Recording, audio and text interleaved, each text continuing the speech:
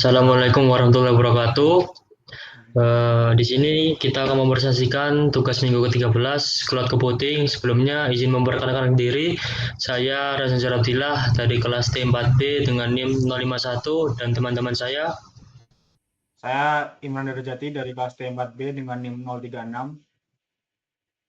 Saya Nia Salmalia dengan NIM 043. Saya Rizky Yang Saputra dengan NIM 055.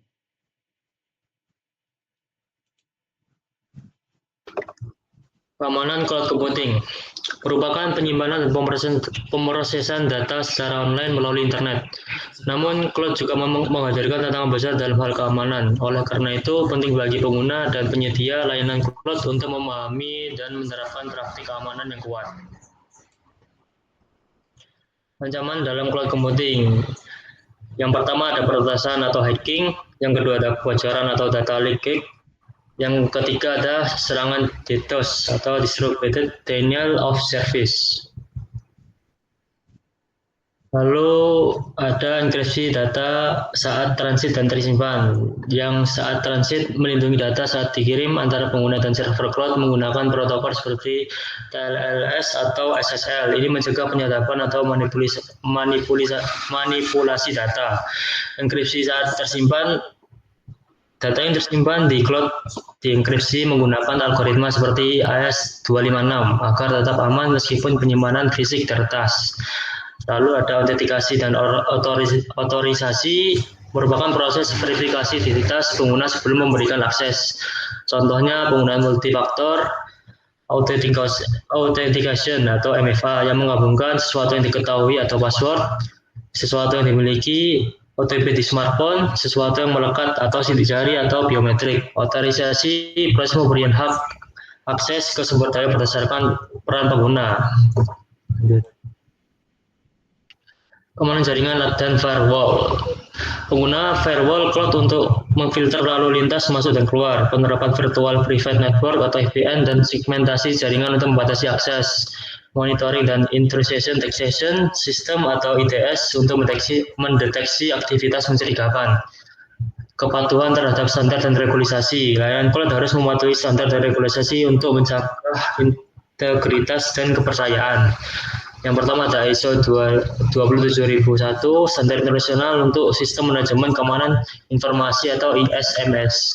Yang kedua ada GDPR atau General Data Protection Regulation yang merupakan regulasi Eropa yang mengatur perlindungan data pribadi. Yang ketiga ada HIPAA, PCI, TSS, dan lain-lain, terkandung pada sektor kesehatan, keuangan, dan lain-lain. Selanjutnya ada penyimpanan basis data cloud, di mana memungkinkan organisasi mengelola data secara fleksibel, efisien, dan scalable tanpa harus membangun infrastruktur fisik sendiri. Layanan ini menjadi fondasi dari banyak aplikasi modern.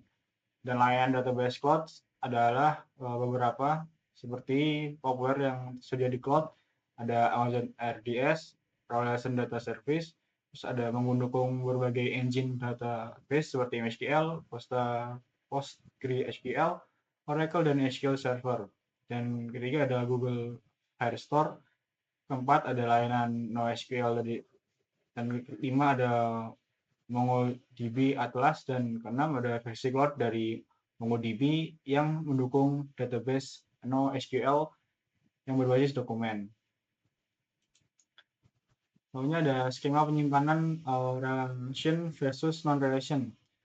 Relation database atau RDBMS, yakni tersimpan dalam bentuk tabel dengan skema yang ketat, cocok untuk aplikasi dengan struktur data yang konsisten dan kompleks seperti sistem keuangan atau ERP. Contohnya ada MySQL, PostgreSQL, SQL Server. Nah, untuk yang non-relation database atau non-SQL, yang ini tidak menggunakan tabel, data bisa berupa dokumen, key value, graph, dan kolom. Dan lalu lebih fleksibel, cocok untuk big data dan aplikasi dengan data semi terstruktur. Contohnya ada MongoDB, Cassandra, dan Redis. Selanjutnya ada skalabilitas dan replikasi otomatis. Skalabilitas horizontal, cloud database dapat dengan mudah menambah kapasitas dengan menambahkan node atau instansi baru tanpa downtime. Dan replika otomatis, data direplikasi ke bagian lokasi atau zona availability secara otomatis untuk meningkatkan kesediaan dan ketahanan terhadap kegagalan. Dan backup atau recovery otomatis, di mana penyediaan Spot menyediakan backup otomatis harian yang memungkinkan data dapat dikembalikan esok ke titik waktu tertentu. Dan point in time recovery atau PITR dapat digunakan untuk memulihkan data setelah initiate seperti penghapusan tidak sengaja atau korupsi data. Selanjutnya ada akses global dan latensi rendah. Ini cloud database dapat diakses dari mana saja dengan konfigurasi endpoint yang aman. Beberapa layanan mendukung multi-regions development. Komputasi serverless, di mana komputasi serverless adalah model komputasi code ini di mana pengembangan dapat menjalankan kode tanpa harus mengolah infrastruktur server. Misalnya ada contohnya, layanan serverless adalah AWS Lambda, Google Cloud Functions, Microsoft Azure Functions, dan fokus pada kode bukan infrastruktur, di mana pengembang tidak perlu lagi mengatur atau mengkonfigurasi server, load balancer, patch keamanan, atau auto scaling, dan cukup tersedia bisnis untuk layanan dan code akan menjalankan berdasarkan memicu.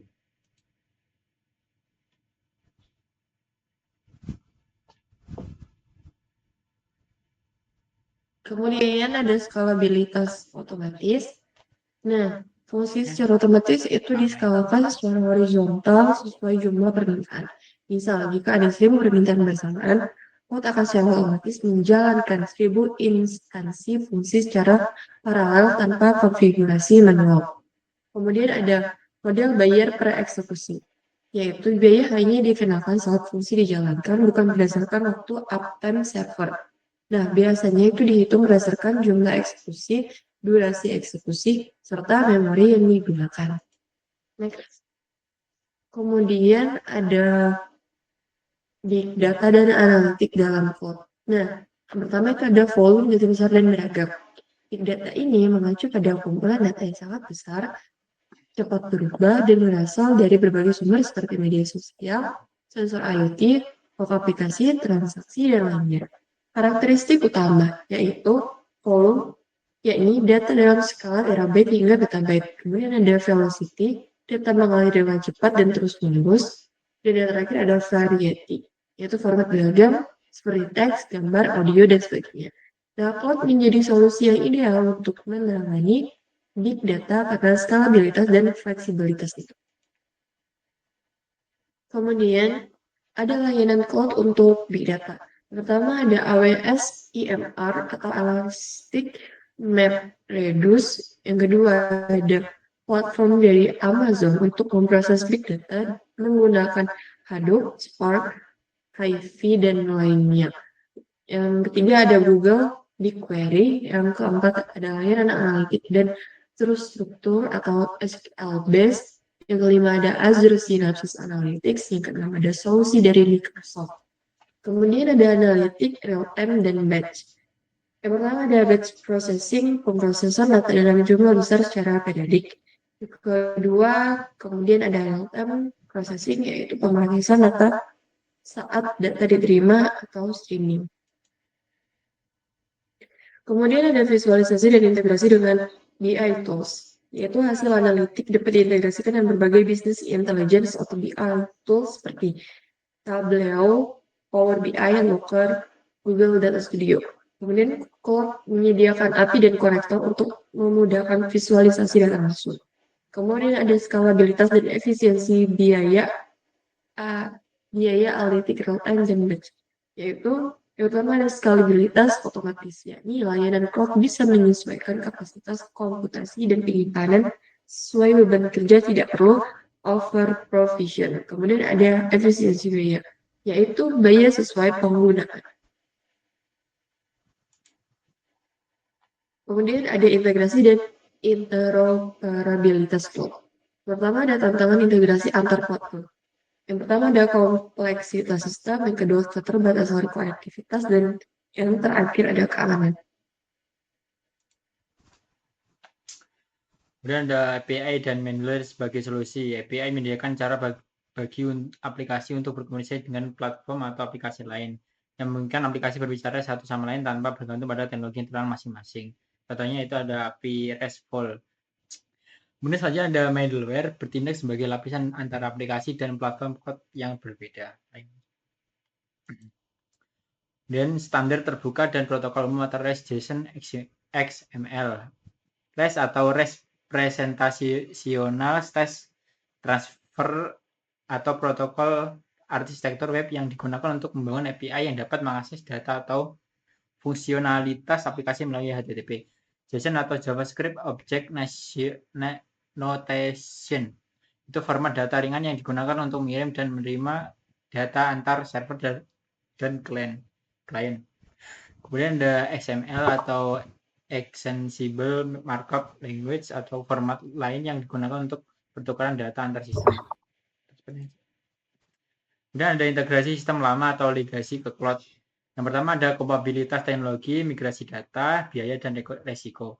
Solusi untuk integrasi sistem legasi dengan cloud mencakup API Gateway, adapter, kemudian dan hybrid cloud. Kemudian hybrid and multi-cloud compatibility, yaitu hybrid cloud mengacu pada penggunaan kombinasi antar infrastruktur cloud pribadi dan publik. Keuntungannya menyediakan fleksibilitas untuk memindahkan data antar cloud pribadi dan publik berdasarkan kebutuhan keamanan, biaya, dan atau kepatuhan. Tantangannya integrasi dan interoperabilitas antar lingkungan yang berbeda memerlukan tools dan API yang mendukung kedua platform ini. Kemudian multi-cloud menggunakan lebih dari satu penyedia layanan cloud, misalnya AWS, Azure, dan Google Cloud. Keuntungannya tidak bergantung pada satu penyedia, lebih mudah untuk mengoptimalkan biaya dan meningkatkan ketahanan sistem. Tantangannya memerlukan pengelolaan yang lebih kompleks untuk menghubungkan dan mengintegrasikan berbagai penyedia cloud. Oke, sekian presentasi dari kami. Apabila ada salah kata mohon dimaafkan. Wassalamualaikum warahmatullahi wabarakatuh.